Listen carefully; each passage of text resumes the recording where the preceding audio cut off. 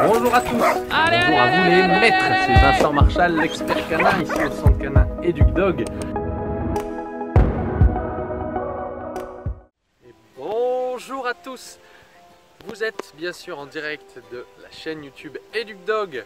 Nous allons aujourd'hui discuter d'un sujet important qui est quand faut-il commencer l'éducation du chiot.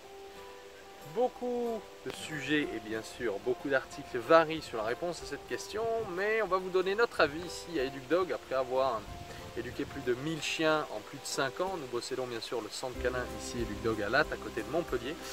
Aujourd'hui, je vais répondre à cette question simplement par le plus tôt possible. Dès que vous venez d'acquérir votre chiot ou votre chien, si vous venez d'acquérir un chien adulte, il n'y a pas d'âge à l'éducation. Il faut commencer le plus rapidement possible, bien évidemment, dès les 2 mois de votre chiot. Les premiers apprentissages qu'il faut apprendre à votre chien, c'est bien sûr la vie à la maison. N'oubliez pas que pour éduquer un chien, nous allons voir les 6 points clés importants pour éduquer et veiller à ce que l'éducation du chien se passe bien à la maison. Première clé qu'il faut savoir, c'est que chez vous, c'est dans un premier temps ce qu'on va considérer comme votre territoire. Votre chiot est chez vous grâce à vous, mais il faudra lui apprendre que la maison, c'est votre territoire avant le sien.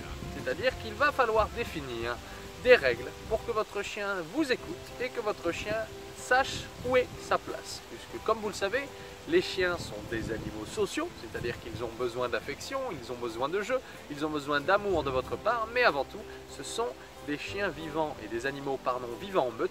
C'est pourquoi vivre en meute se comprend bien sûr de plusieurs règles. La première des choses, c'est qu'il faut définir quelles sont les pièces où votre chien aura le droit bien sûr de rentrer et quelles pièces où votre chien n'aura pas le droit de rentrer. Par notion de territoire, c'est à vous de définir si votre chien a le droit d'avoir accès à la cuisine par exemple, si votre chien a le droit d'avoir accès à votre chambre, à la chambre des enfants ou la chambre des amis. Le point le plus important que je vais vous donner aujourd'hui, c'est le deuxième point. Le deuxième point clé répond à toutes les questions d'éducation qu'on nous pose et que je vais vous délivrer ici aujourd'hui. La première des choses qu'il faut savoir dans l'éducation d'un chiot, et la première des choses qu'il faut savoir, c'est que votre chien a un besoin énorme de cohérence. C'est-à-dire que dans l'éducation d'un chiot, il a besoin que ce soit toujours et uniquement de la même manière. En l'occurrence, si un jour c'est oui, le lendemain c'est non. Si un jour c'est bleu, le lendemain c'est vert, votre chien ne pourra pas comprendre. C'est comme un enfant, si un jour on dit oui, si un jour on dit non, on crée de l'incohérence et donc votre chien ne pourra pas comprendre. Vous allez bien sûr me dire, mais oui, mais c'est difficile parce qu'il est chiot, mais parce qu'il vient d'arriver, donc il a le droit de faire, ainsi de suite. Il faut savoir que non. Car en plus de, premièrement, décider du territoire, deuxièmement, décider bien sûr de la cohérence dans vos règles et dans bien sûr ce que vous allez demander à votre chiot. Troisièmement, le point le plus stratégique au-delà de la cohérence avec lui, il faudra définir ce qui est autorisé et ce qui est interdit. C'est-à-dire que chaque chien et chaque maître sont différents. Pour nous, nos clients aiment avoir un chien sur le canapé, d'autres refusent et n'acceptent pas avoir un chien sur le canapé. Il faudra donc apprendre à votre chien ce qui est autorisé, ce qui est interdit. Ce qui est interdit pour un chiot, c'est à vie. C'est-à-dire qu'on ne peut pas lui demander un jour oui, un jour non. Donc, dès que vous allez autoriser quelque chose à votre chien, nous allons lui demander à chaque fois, par exemple, un ordre. Vous avez simplement à dire à votre chien canapé pour qu'il ait accès au canapé, mais il faudra lui apprendre que c'est autorisé quand vous le demandez. A l'inverse, quand c'est interdit, il faudra systématiquement, et ce à chaque fois, le reprendre et lui dire non et le remettre à sa place dès qu'il commet un interdit. Mais n'oubliez pas, on fait preuve bien sûr de cohérence dans l'éducation. Quatrième point important dans l'éducation d'un chiot ou d'un chien quand elle commence, c'est qu'il faut savoir que votre chien ne fera que ce qu'on lui a bien appris. Très souvent on me demande, mais pourquoi mon chien tire en laisse ? Simplement parce que vous lui avez appris, vous l'avez laissé tirer, donc votre chien va continuer à tirer, à tirer, à tirer et à tirer. C'est très simple, si vous voulez lui apprendre quelque chose, apprenez-le, mais à chaque fois. Une des erreurs très souvent communes, c'est que vous mettez votre chien dans le jardin ou sur le balcon, par exemple, et que votre chien, pour revenir vers vous, va se mettre à hurler, va se mettre à aboyer, va se mettre à couiner, va se mettre à gratter à la porte. Et nous, qu'est-ce qu'on fait? On revient, on va ouvrir la porte et on laisse le chien rentrer. Sauf que qu'est-ce que vous venez d'apprendre à votre chien? Vous venez simplement de lui apprendre qu'à chaque fois qu'il couine, qu'il aboie, qu'il gratte à la porte, vous allez lui ouvrir.